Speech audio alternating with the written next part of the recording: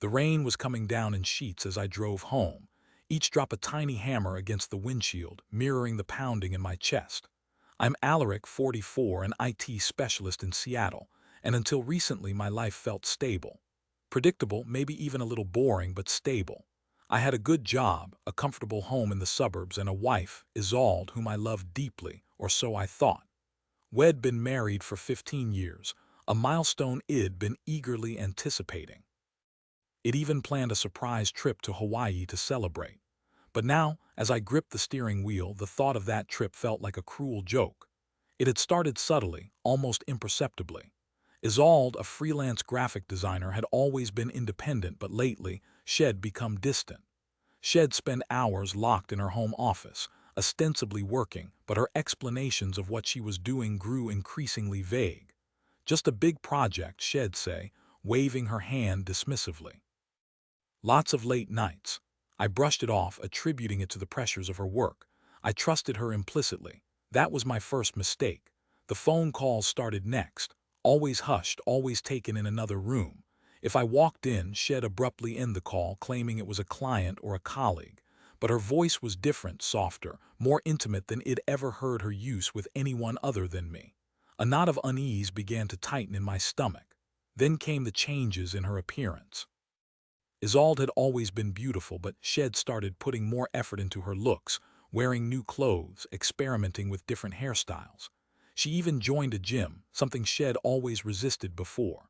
I tried to be supportive, telling her how great she looked, but inside, a growing sense of dread gnawed at me. The final piece of the puzzle fell into place on a Tuesday afternoon. I'd taken a day off work to surprise Isolde with lunch. I arrived home to find the house quiet, the lights off. I assumed she was out, but as I walked past her office I heard voices, muffled but unmistakable.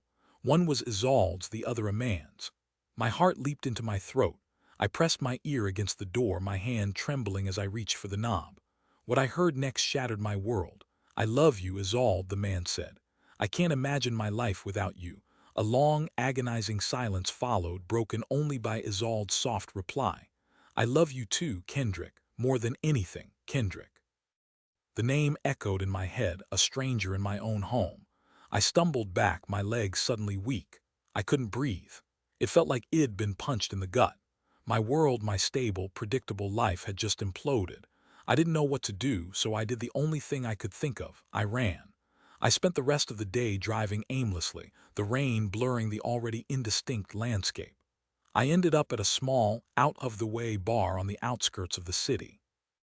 I nursed a beer, trying to make sense of what I'd heard, what I'd felt. Betrayal, disbelief, a crushing sense of loss. How could she? How could Isolde, the woman I'd shared my life with, the woman I'd trusted completely, do this to me? Was our marriage a lie? Had she ever really loved me? The questions swirled in my head, each one more painful than the last. I went home late that night, the house dark and silent. I found Isolde asleep in our bed. I stood there for a long time, watching her, trying to reconcile the woman I saw with the woman I'd heard in her office. It was impossible. The face I knew so well now seemed like a mask, hiding a stranger beneath. I didn't wake her. I couldn't face her. I went to the spare room and spent the night tossing and turning, sleep eluding me. The next morning, I waited for Isolde to leave for work before confronting her. I needed to gather my thoughts to prepare myself for what I knew was coming. When she returned that evening, I was waiting for her in the living room. "We need to talk," I said, my voice flat, devoid of emotion. Isolde looked at me, her eyes wary. "About what?" she asked, feigning innocence. "Don't play dumb, Isolde," I said. "I know about Kendrick." Her face paled. "Kendrick? I don't know what you're talking about." "I heard you, Isolde," I said, my voice rising. "I heard you telling him you loved him, in our house, in your office." While I was planning our anniversary trip, tears welled up in her eyes. "Alaric, please let me explain." "Explain what, Isolde? Explain how you could betray me like this. Explain how you could lie to me for so long." "It just happened," she said, her voice trembling. "I didn't mean for it to happen, it just happened." I repeated, incredulous. "You just fell into bed with another man." "Is that what you're telling me?" "It's more complicated than that," she said. "You wouldn't understand. Try me," I challenged. "Help me understand how you could throw away 15 years of marriage for some fling." She hesitated, then took a deep breath. "I've been unhappy for a long time, Alaric," she said. We've grown apart.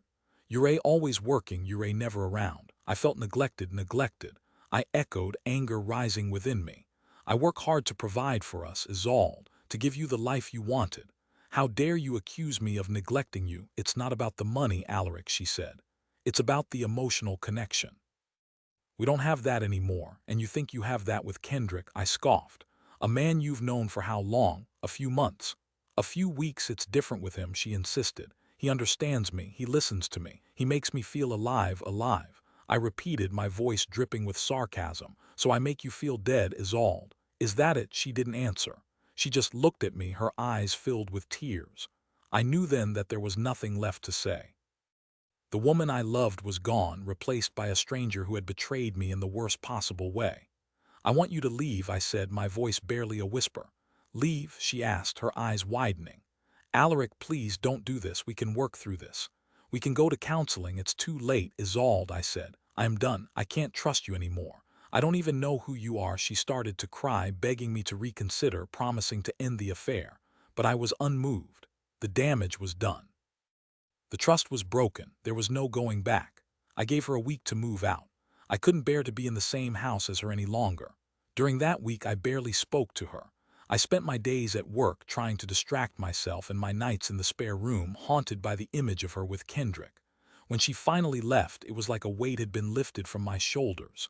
But the pain remained, a dull ache in my chest that wouldn't go away. I was alone, betrayed, and heartbroken. I didn't know what the future held, but I knew I couldn't stay in Seattle. The city was filled with too many memories of Isolde, too many reminders of what I'd lost.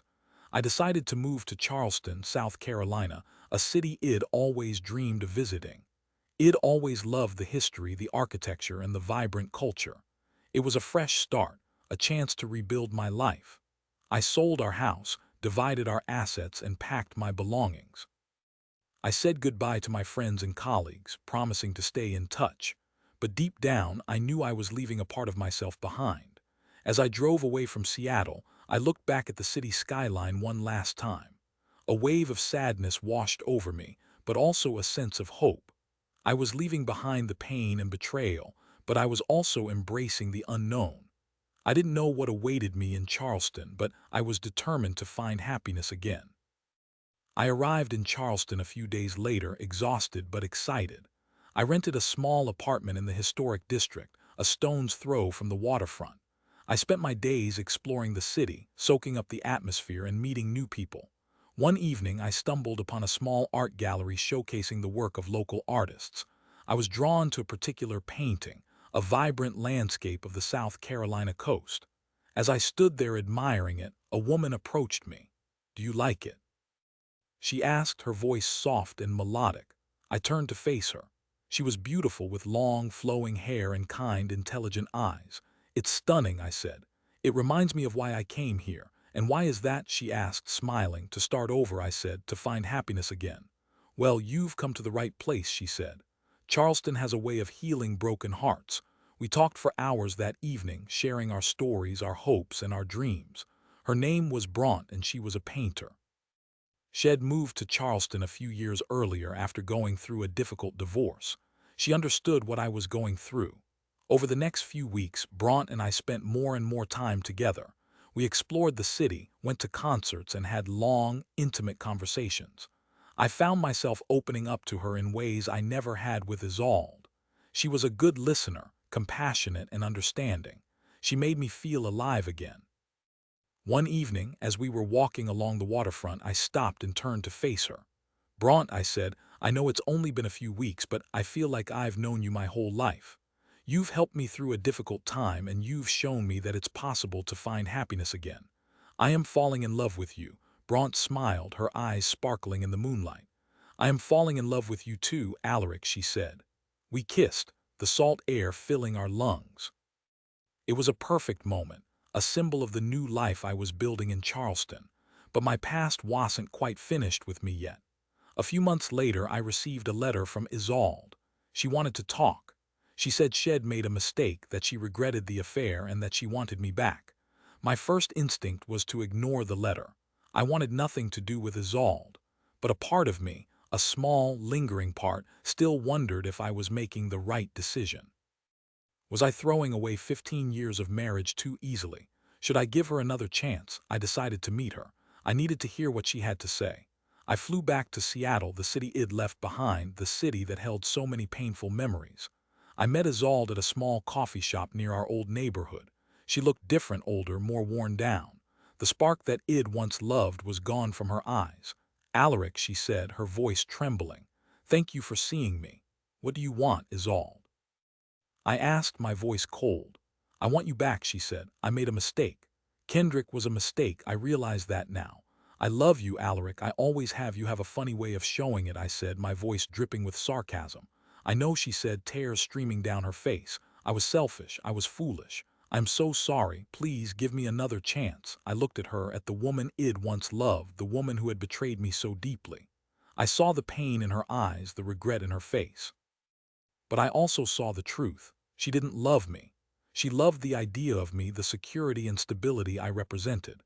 She'd made a mistake, and now she wanted me to fix it. "It's too late, Isolde," I said, my voice firm. "I've moved on. I am happy. I'm in love with someone else." Her face crumpled. "Someone else?" she asked, her voice barely a whisper. "Yes," I said. "Her name is Bronte, and she's everything you're not. She's kind, compassionate, and understanding. She loves me for who I am, not for what I can give her." But what about our marriage?" she asked, her voice filled with desperation. "Our marriage is over, Isolde," I said. "It ended the day you told Kendrick you loved him. I am sorry, but I can't forgive you. I can't trust you." I stood up and walked away, leaving her sitting there alone and heartbroken. I didn't look back. I knew I was doing the right thing. I flew back to Charleston, eager to be reunited with Bronte. I told her about my meeting with Isolde, about her pleas for forgiveness. Bronte listened patiently, offering me her unwavering support. "You did the right thing, Alaric," she said. "You deserve to be happy.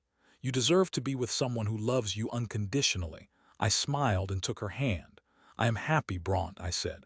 "I'm happy because I am with you." We embraced, our love stronger than ever. I knew then that I'd made the right decision. I'd left behind the pain and betrayal, and I'd found happiness again in the most unexpected of places. My life with Isolde had been a chapter in my story, a painful chapter, but it was over. Now I was ready to write a new chapter, a chapter filled with love, laughter, and happiness, with Bronte by my side. Years later, Isolde called me again.